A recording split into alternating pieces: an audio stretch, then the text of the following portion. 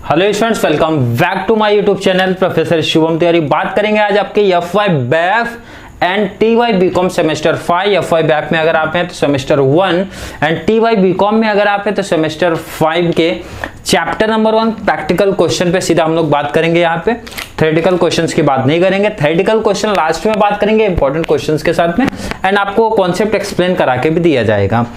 इसका रीजन है कि जब मैं कोई चैप्टर में खुद प्रैक्टिकल पढ़ता था, जैसे मैं कोई भी अकाउंट्स पढ़ता हूँ, चाहे सीए हो, एफए हो, एमए हो, कोई भी टॉपिक्स आप पढ़ते हो, प्रैक्टिकल करने के बाद थ्योरेटिकल पार्ट करते हो तो मुझे ज्यादा अच्छे से समझ में आता था। इसलिए जो मेरा मेथड है, प्रैक्टिकल कर लो तो आधे कॉन्सेप्ट धीरे धीरे आपको कोई समझ में आने लगती, भाई क्यों कर रहे हैं, कैसा कर रहे हैं, नहीं समझता उसके बाद देन थ्योरेटिकल पार्ट पढ़ो, अपने आप आधा कॉन्सेप्ट वैसे ही क्लियर हो जाते हैं।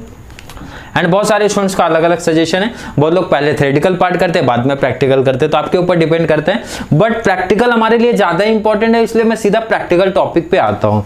टीवाई स्टूडेंट्स से लेके एफवाई स्टूडेंट्स जो भी बच्चे हैं, दोनों में कंफ्यूजन नहीं क्रिएट होना, क्योंकि कुछ बच्चे सोचेंगे सर एफवाई का सिलेबस टीवाई का सिलेबस सेम है कॉस्ट अकाउंटिंग का, टीवाई वाले 2 चैप्टर एक्स्ट्रा पढ़ेंगे। तो आपको ये भी इंपॉर्टेंट है कि इंफॉर्मेशन दिया जाएगा कि टीवाई बीकॉम सेमेस्टर 5 के नाम से प्लेलिस्ट बना दूंगा, कंटिन्यू आपको देखना है वीडियो, एफवाई बैफ वाले बच्चों को भी। एंड थंबनेल में जब तक आपका टॉपिक जाएगा वैसे आप वैसे याद रख लो, ज्यादा टॉपिक्स कॉस्ट में है नहीं, आपके 3 ही टॉपिक्स हैं, जिसमें से एक आपका मटेरियल कॉस्टिंग यहाँ पे लिख दिया हो, मटेरियल, लेबर एंड ओवरहेड्स, 3 तो आपको दोनों को है।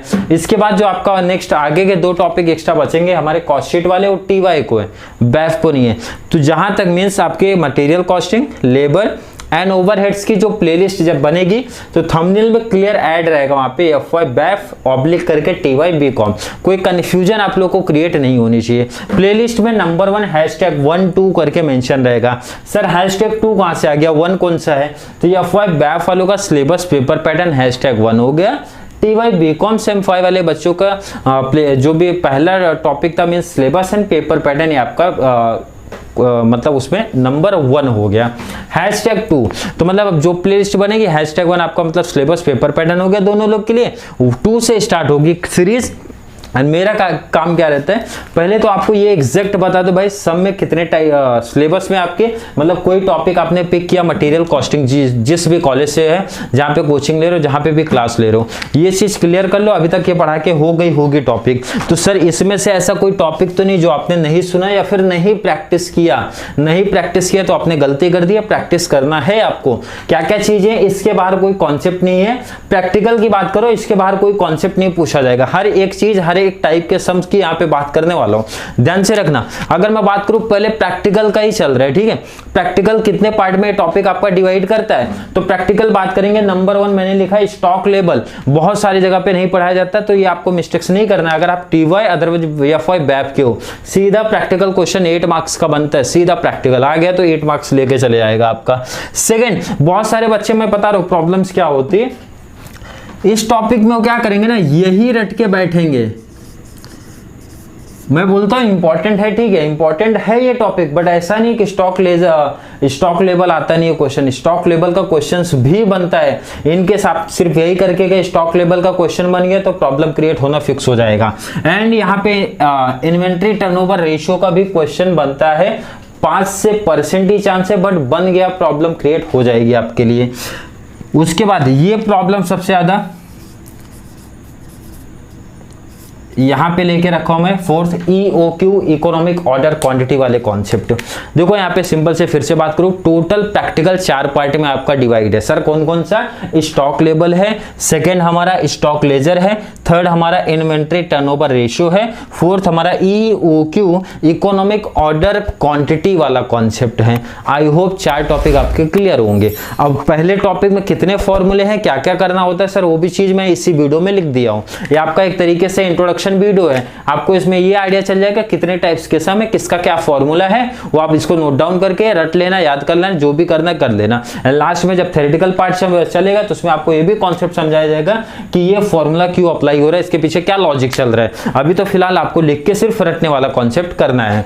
बात करेंगे स्टॉक लेवल में कितने फॉर्मूले बन सकते हैं। आपको एग्जाम में मोस्टली 4 ही पूछे जाते हैं, कोई भी 4 कर सकते हैं, ये 5 में से 5 के बाहर कोई फॉर्मूला नहीं है। पहला फॉर्मूला सर क्या है, है रीऑर्डर लेवल का फॉर्मूला लिख दिया हो कि अगर किसी बच्चे ने नहीं पढ़ा होगा तो उसको नोट डाउन कर लेगा, जो पढ़े हैं तो अच्छी बात है, आपकी भी प्रिपरेशन हो जाएगी ऑलरेडी। रीऑर्डर लेवल पहला पूछा जाएगा। फॉर्मूला क्या बनता है sir? Maximum consumption multiply maximum reorder period, दोनों जगह मैक्सिमम रहेगा, याद रखना किसमें? रीऑर्डर लेवल में। और इसी सीरीज में फाइंड आउट भी होते हैं, ऐसा नहीं है कि पहले रीऑर्डर नीचे जाएगा या फिर कोई और ऊपर आएगा, इसी सीरीज में ही चलते हैं टॉपिक।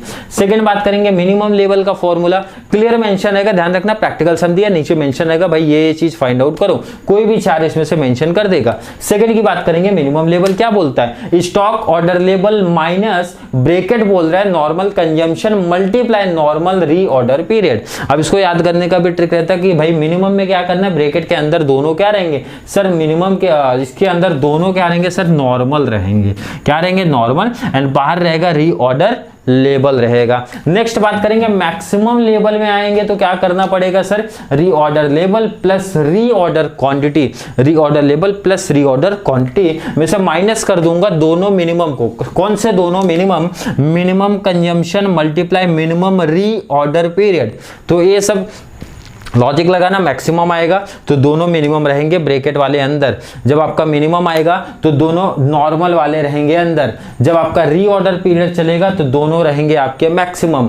इस तरीके से याद करोगे, याद हो जाएगा। एवरेज वाला स्टॉक वाला फॉर्मूला रटने की जरूरत नहीं, नाम बोल रहे हैं एवरेज, एवरेज करना आप पहले से सीखते आ रहे हो, दोनों को प्लस डिवाइड बाई 2। सर कौन से दोनों? Average plus minimum plus maximum, दोनों को डिवाइड कर दिया 2 से, एवरेज आ गया। लास्ट हमारा इनकेस कुछ डिफरेंट सेट होता है तो ये वाला टॉपिक पूछा जाता है। डेंजर लेवल क्या होता है, कैसे फाइंड आउट करेंगे?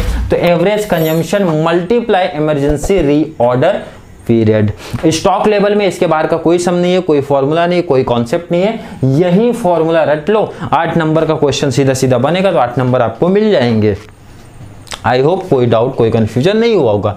स्टॉक लेजर ये तो सब बच्चों ने सुना होगा, क्योंकि बहुत सारे कॉलेजेस में बहुत सारे कोचिंग्स पे क्या होता है सीधा इसी पे आ जाते हैं, स्टॉक लेवल साइड करके सीधा फीफो पे, फीफो एंड वेटेज मेथड इनको रटा दिया जाता है। स्टॉक लेजर में 2 मेथड है, आपके सिलेबस में 2 ही मेथड है फिलहाल, बाकी और भी मेथड होते हैं। अगर आप सीएम में inter, CA inter, CS inter या जो भी कोर्स आपने किया रहेगा तो वहाँ पे लीफो मेथड भी आता है, वहाँ पे और भी मेथड्स ऐड होते हैं। तो आपके सिलेबस में 2 मेथड है। कौन सा मेथड?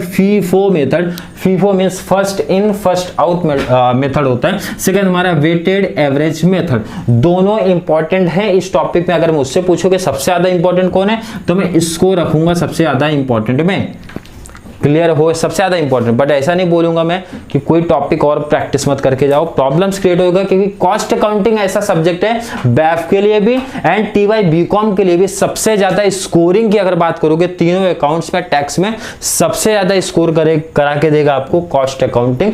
कम टाइम लगेगा, देखो फॉर्मूला याद है, कॉन्सेप्ट क्लियर है, तो एफए से कंपेयर करोगे आसान होगा। एफए में आपको टैली करना पड़ता है तो उस पर तो आपको भी पता है कितना टाइम लगता है, अगर कोई अमाउंट मिस हो गया हो तो आपको पता है। टैक्सेशन में आपने अगर डिडक्शन पढ़ा है, आपने रूल्स एंड रेगुलेशन उसके पढ़े तो आप कर पाओगे।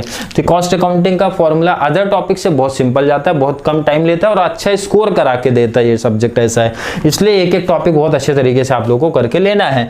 नेक्स्ट बात करेंगे इन्वेंट्री टर्नओवर रेशियो। 5% का चांस रहता है बट बहुत ईजी कॉन्सेप्ट है, तो क्यों उसको छोड़ के रखना है। फॉर्मूला एक ही है इसका, इन्वेंट्री टर्नओवर रेशियो का फॉर्मूला बोलता है cost of material consume, divide कर दूंगा उसको एवरेज स्टॉक से। एवरेज स्टॉक निकालना यहाँ पे सीखे हम लोग। कॉस्ट ऑफ मटेरियल कंज्यूम का कॉमन सा बेसिक फॉर्मूला बनेगा, जब टॉपिक हमारा चालू होगा तो वहां पे हम लोग देख लेंगे। लास्ट बात करेंगे ईओक्यू। प्रॉब्लम क्रिएट यहीं पे होती है कि बहुत सारे स्टूडेंट्स को खुद नहीं समझ में आता ईओक्यू एग्जैक्ट है क्या, फॉर्मूला कैसे अप्लाई करेंगे, क्या करेंगे। फिलहाल हम लोग उसकी बात नहीं कर रहे हैं, ईओक्यू का प्रैक्टिकल टॉपिक आपका चालू होगा तो वहां पे आपको गाइड करा के दिया जाएगा। आज बात करेंगे ईओक्यू में सर कोई एक ही फॉर्मूला है कि और भी मेथड होते हैं। तो मेथड है इसके 2, एक तो हमारा होता है फॉर्मूला मेथड, सेकंड हमारा होता है टेबल मेथड। इंपॉर्टेंट चीज है, एग्जाम में अगर मेंशन करेगा टेबल मेथड से जाओ। एग्जाम में मेंशन किया फॉर्मूला मेथड से जाओ। एग्जाम में मेंशन किया दोनों मेथड, तो दोनों मेथड से लेके चले जाओ उसको। पहला मेथड बोलता है फॉर्मूला मेथड, नाम बता रहा फॉर्मूला तो कुछ तो फॉर्मूला होगा उसका। फॉर्मूला है √2AO/C। फॉर्मूला बहुत ज्यादा डिटेल में हम लोग यहाँ पे नहीं जा रहे। क्यों नहीं जा रहे? टॉपिक स्टार्ट होगा तो एक एक चीज वहां पे कॉन्सेप्ट क्लियर कराया जाएगा। नहीं तो कुछ स्टूडेंट यही पूछना चालू करें, सर ए मीन्स क्या होता है, ओ मीन्स क्या होता है, सी मीन्स क्या होता है। तो बता देता हूँ, ए मीन्स एनुअल कंजम्पशन होता है, ओ मीन्स हमारे ऑर्डर होते हैं, ऑर्डरिंग पर जो भी कॉस्ट लगता है, सी मीन्स कैरिंग कॉस्ट आपका लगता है। टॉपिक चलेगा तो वहां डिटेल में फिलहाल देखेंगे। सेकंड हमारा टेबल मेथड, बहुत इजी कॉन्सेप्ट है। टेबल याद रख लेना, लिख देना, खत्म हो गया कहानी।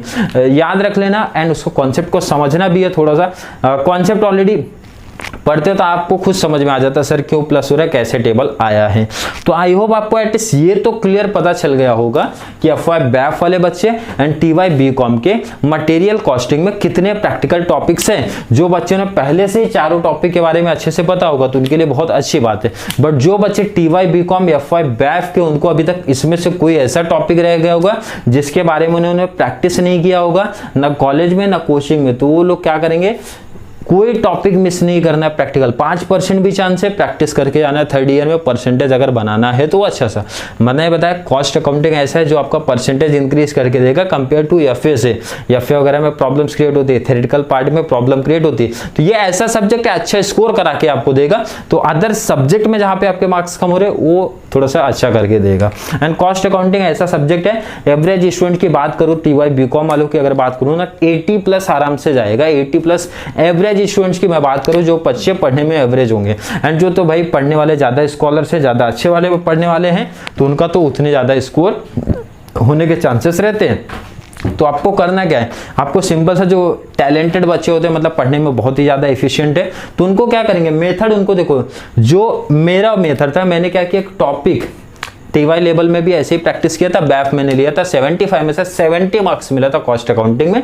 सिंपल सा लॉजिक यही था, वो कॉन्सेप्ट आप जान लो, कितने प्रैक्टिकल क्वेश्चंस आपके हैं टॉपिक में, और हर टॉपिक को सेपरेट सा नोट बनाए। 4 से 5 सम प्रैक्टिस किया, इनफ हो गया। 4 से 5 सम बहुत इनफ हो गया प्रैक्टिस करने के लिए। कुछ डिफरेंट अगर टॉपिक में है, जैसे जो बच्चे फीफो पढ़े उनको समझेगा, फीफो मेथड में जब आप पढ़ोगे आगे के कुछ सम सीजी हैं तो उसको मैं 20 सम प्रैक्टिस कर लूँ, कोई बेनिफिट नहीं है। जब 2-4 सम में मेरे को कॉन्सेप्ट ही समझ गया तो क्यों उसको सेम प्रैक्टिस करूं, मैं डिफरेंट प्रैक्टिस करूंगा। कोई क्या डिफरेंट, जैसे अब जो बच्चे पढ़े होंगे उनको समझा होगा, मैं परचेज रिटर्न वाला सम पढ़ूंगा, मैं सेल्स रिटर्न वाला सम पढ़ूंगा, मैं डैमेज वाला रिटर्न पढ़ूंगा। तो मतलब ऐसे सम जो थोड़े से डिफरेंट है वो चीज प्लस वो चीज पढ़ना है अपने को, वो अलग से नोट्स बना लेना, मतलब स्टार कर लेना कि इंपॉर्टेंट है, तो वो प्रैक्टिस पे काफी ज्यादा ही इफेक्ट करेगा। तो आई होप आपको ये समझा रहेगा कि नोट्स किस तरीके से प्रिपरेशन करना है। अब इसके देखो कॉन्सेप्ट क्या है, इसका 2-3 सम क्या इनफ हो गया। अब कुछ अलग टाइप का कुछ रहेगा तो वो स्टार कर लो, लेकिन जब सेम सम है आप 20 सम प्रैक्टिस करो कोई बेनिफिट नहीं है।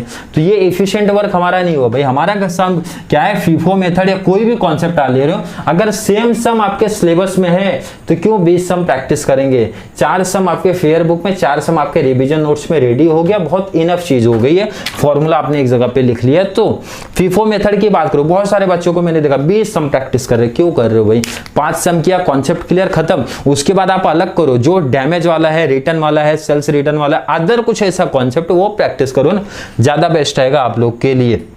आई होप आपको टीवाई बीकॉम के syllabus, TY BCom and BAF के मटेरियल कॉस्टिंग के सिलेबस पेपर पैटर्न के बारे में आइडिया चला होगा। एंड कंप्लीट मटेरियल कॉस्टिंग में से बता दो 15 to 20 मार्क्स का इसका वेटेज रहेगा। 15 मार्क्स तो मिनिमम रहता ही रहता, कॉन्सेप्ट पूछा ही जाता है। फिर भी कोई डाउट, कोई कंफ्यूजन अगर आप लोग के माइंड में है, कुछ आ चुका है तो कॉमेंट में ऐड कर सकते हो। वीडियो थोड़ी सी भी हेल्पफुल लगती है तो वीडियो को ना फर्स्ट तो आपको लाइक करना है, एंड सर को मोटिवेट करने के लिए क्या करना, अच्छे अच्छे कॉमेंट भी ऐड करना, क्या कैसा लगा वीडियो, किस तरीके से लगा, एंड अगला कौन सा टॉपिक चाहिए उसके बारे में भी कमेंट ऐड करो।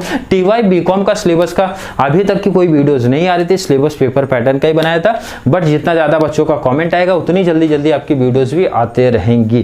तो चलिए बात करेंगे नेक्स्ट सब्जेक्ट के बारे में, नेक्स्ट वीडियो में बात करेंगे। तब तक के लिए थैंक यू सो मच। आप लोग स्क्रीनशॉट एक ले सकते हो।